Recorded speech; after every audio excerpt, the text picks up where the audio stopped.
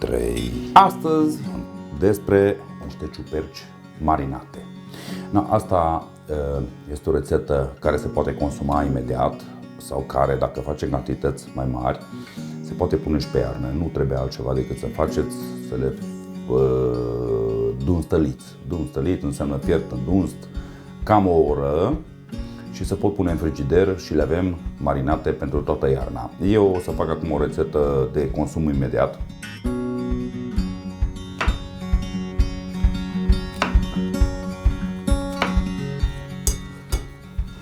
Trebuie să le torn aici în vas, dar deocamdată n-am aprins nici foc, nici nimic. Deocamdată numai le bucățesc.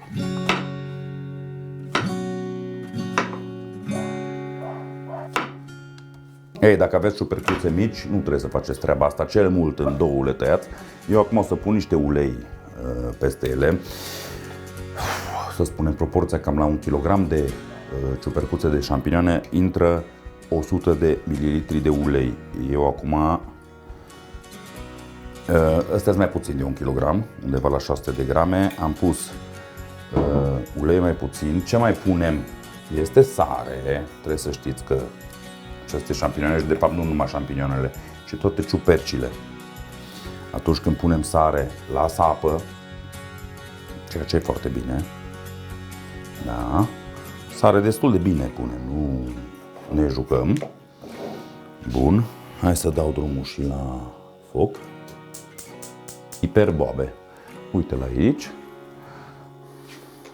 Îl desfacem. Așa punem în palmă, să zic depinde foarte mult de tăria piperului, dar la ce avem noi aici, ceea ce pun eu, poate, uite, mai pun 5.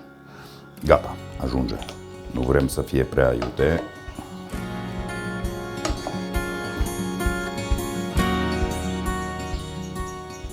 Uitați-vă, asta este ceea ce numim ciuperci sotate. Am pus numai niște sare și niște ulei și uitați-vă câtă apă. Trebuie să știți că ciuperca undeva e la 80% apă.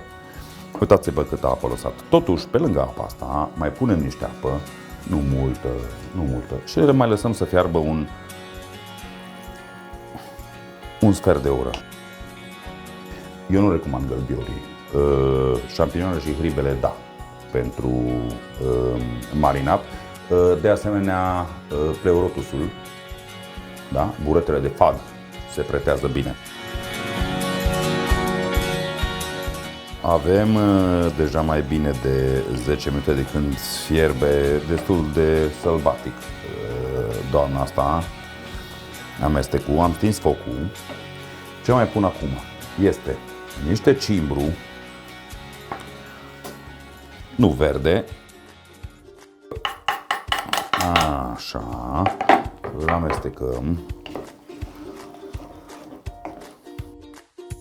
Îmi trebuie vreo 2 foi de dafin.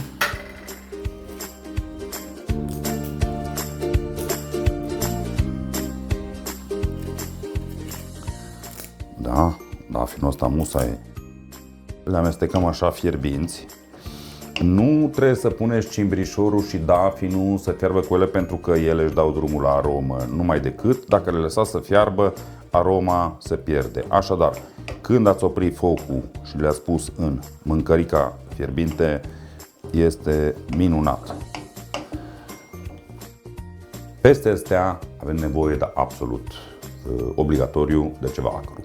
Și asta este lămâie. Asta e prima variantă, a doua poate să fie oțet. Mai cu seamă, dacă vreți să le conservați pe timp mai lung, o lună, 2, 3, cum spuneam, de dunstăliți, le băgați la frigider, atunci punem oțet. Eu o să pun lămâie. Nu ne zgârcim. Și oțet. Bășughele trebuie să fie acrișoare. Acrișoare. Splendidă. Bun.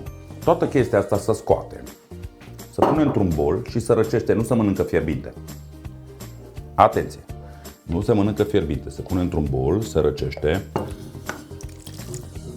Repet, dacă sunt pentru consum imediat, mai merge pe ele ceva verdeață, dar o verdeață, în principiu, ele având dafinul și cimbrul, o verdeață neutră, aș sugera pătrunjel tocat și niște usturoi tocat cu care le amestecăm reci, absolut minunate. Un aperitiv pentru orice fel de masă, indiferent ce invitați aveți. Minunat!